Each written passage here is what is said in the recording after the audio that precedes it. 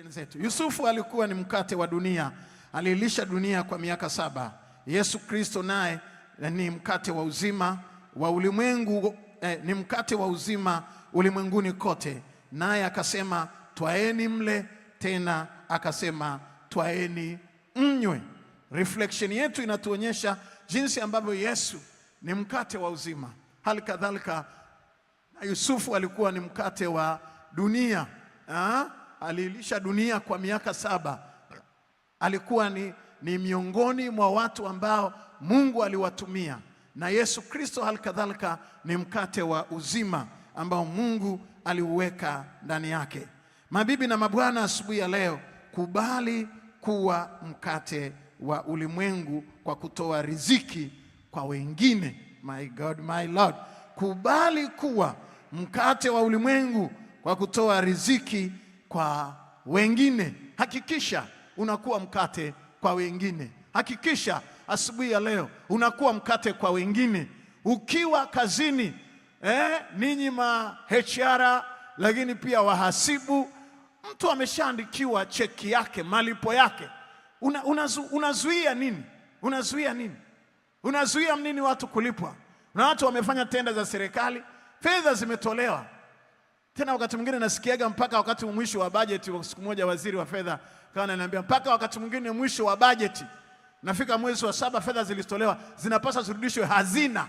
Na watu walikuwa pale wanapaswa kulipwa. Ni mtu tu mwenye jina lake la Kichega kama Eliona anashindwa kuandika pale. Jina la kilugha tu. Mungu amekupa hilo jina.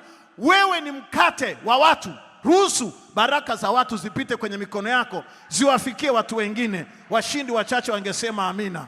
Lakini kuna watu ambao Mungu amewapa nafasi. Ukisaini hivi, huyo mtu ameenda kusoma. Ukisaini hivi, huyo mtu amelipwa mafao yake. Kuna watu wazima, wazee, wanahangaika, wametumika, wamefanya kazi kwa maisha yao, wanatafuta kinua mgongo. Ni mtu mmoja tu. Kubali kuwa mkate wa ulimwengu. Wako wapi watu wachache ambao wananielewa, wanasema amina? Lakini si hivyo tu. Kubali kuwa mkate wa ulimwengu kwa kufungua makampuni. Anzisha kitu. Anzisha kitu kitaajiri wengine. Iwe ni kwenye agriculture, iwe ni kwenye kilimo, agrobusiness, iwe ni kwenye biashara, iwe ni kwenye uwekezaji. Hamua kuwa mkate kwa watu wengine. Hakikisha unakuwa mkate kwa watu wengine. Mimi nataka nikuambie, nimeenda Israel several times. Lakini wageni tunaoingia Israel per day ni mamilioni ya watu. Tunashuka hapo airport kwa mamilioni ya watu.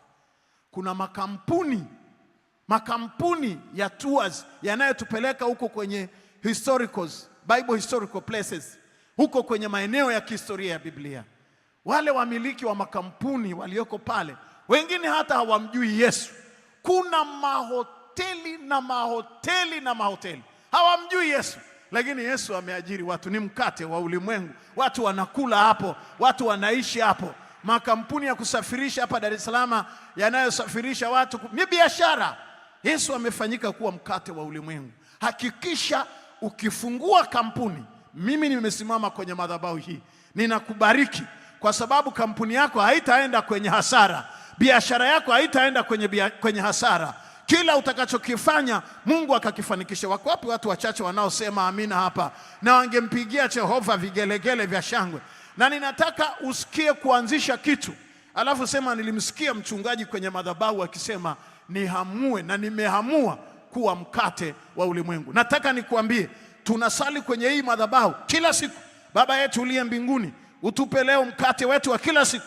Tunapoomba hapa kila siku, ujue biashara yako inabarikiwa kwa sababu una mkate wa watu. Wako wapi watu wachache wanaosema amina hapa? Na mimi ninasimama kwenye madhabahu hii kwa neno la Bwana. Wowote ambao ni mmefanyika kuwa mikate ya watu, pengine umeanzisha kiwanda, umeajiri watu, umeanzisha kampuni, umeajiri watu, nasimama kwenye madhabahu hii na kuombea kwa Bwana Mungu apitishe baraka nyingi kwenye mikono yako, kwa sababu wewe umebeba mikate ya watu wengine. Wako wapi watu wanaosema amina hapa? Ninakubariki kwa neno la Bwana. Ninaibariki na hiyo biashara na hiyo kampuni na huo uwekezaji.